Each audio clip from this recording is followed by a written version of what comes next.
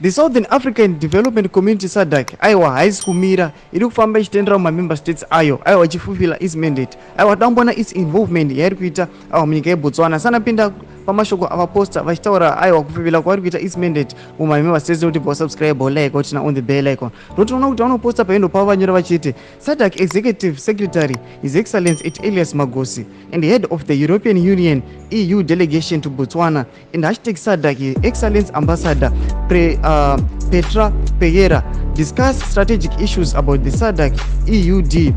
cooperation after the co-chairing the SADC EU quarterly meeting at the SADC Secretariat in Gaborone, Botswana on 12 June 2024.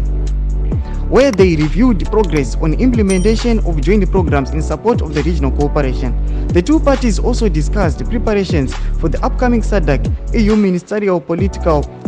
dialogue scheduled to take place in Luanda, Angola on 18 June 2024. So don't aiwa SADC aisi kumira panguva ino vari kufamba vachitendera mumamember states avo aiwa vachifulfilla their key duties and responsibilities akasiyana-siyana mumamember states. Awa tinoona kuti vachingopedza muna June apo ndo patinoona kuti vachazoya aiwa munyika yeZimbabwe for the summit. Aiwa chimotudze mafungiro enyu unogudi pamusoro penhau iyi aiwa pinai comment section medu ndoza kunyanga zvavo muri yeZimbabwe vanhu vakabatikana panhau yemafresh elections asi muri yeZimbabwe aiwa we wait steadily tichiona kuti what are they going to do nekuda kwethe SADC protest iri kurongwa nevanhu aiwa vachitarisira kuti